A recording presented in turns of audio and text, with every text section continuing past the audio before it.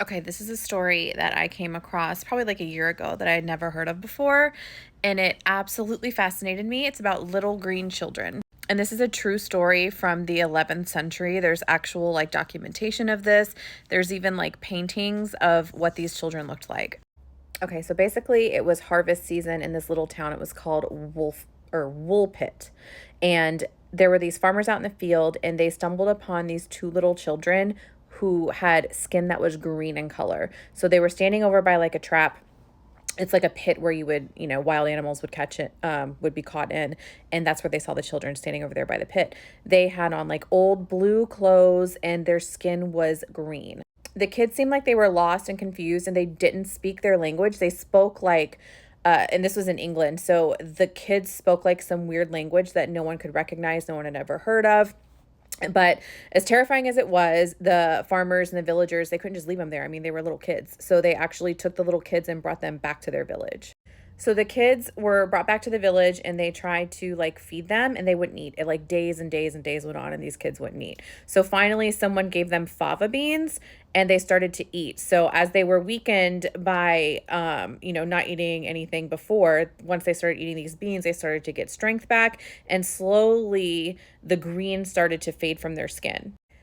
So the little boy was always like the weaker one of the two. And even though he started to get better, he was still very sickly. So eventually he succumbed to whatever illness it was that he was suffering from and he died. The little girl, however, she proceeded to live her life and she grew up in this little town.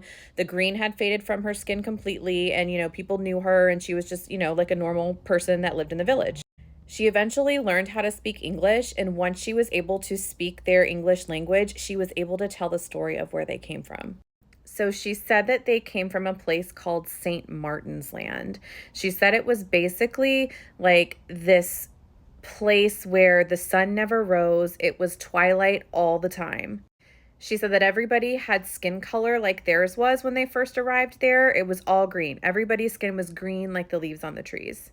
When she was explaining how that day her and her brother got lost and found themselves at that pit where they caught the animals, she said that her and her brother were out and they were like tending to their father's cattle. And then all of a sudden they heard like these bells off in the distance, like these melodic bells, and they started to follow the sound of the bells.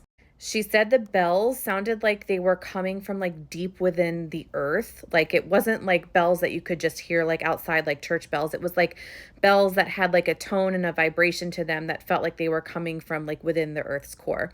They eventually followed the sound of these bells and the vibration of these bells into a cave. They followed the sounds of the bells deeper and deeper and deeper into the cave. And the deeper they went, the louder the bells got until all of a sudden they were just like surrounded in blackness. She said that her and her brother became disoriented. They didn't know where they were. They started to turn around to go back and realize that everything around them had disappeared and they were in this field. They had no idea where they were. And this field is the field that they were found in by the village people and the farmers. I mean, the story's crazy, but if you think about it, there's all these tales of like, there's two options. It could be like time travel, but this to me seems like interdimensional travel. Like there's so many different dimensions. And it feels like the paths kind of crossed over. Like maybe this cave was a portal and maybe these children came from, their level of creation and kind of passed over into our level of creation. Either way, whatever happened, it was creepy. This poor girl, I mean, she eventually became accustomed to her life in this English town. Again, it was called Woolpit, Woolpit, if you want to look the story up. She learned the English language completely. She eventually married a local man. She got baptized, but she never did stop talking about her brother or St. Martin's Land, where she says that they came from. So what do you think? Have you heard this story before? Do you think that it's like time travel or more of like an interdimensional travel, or do you think it's just BS?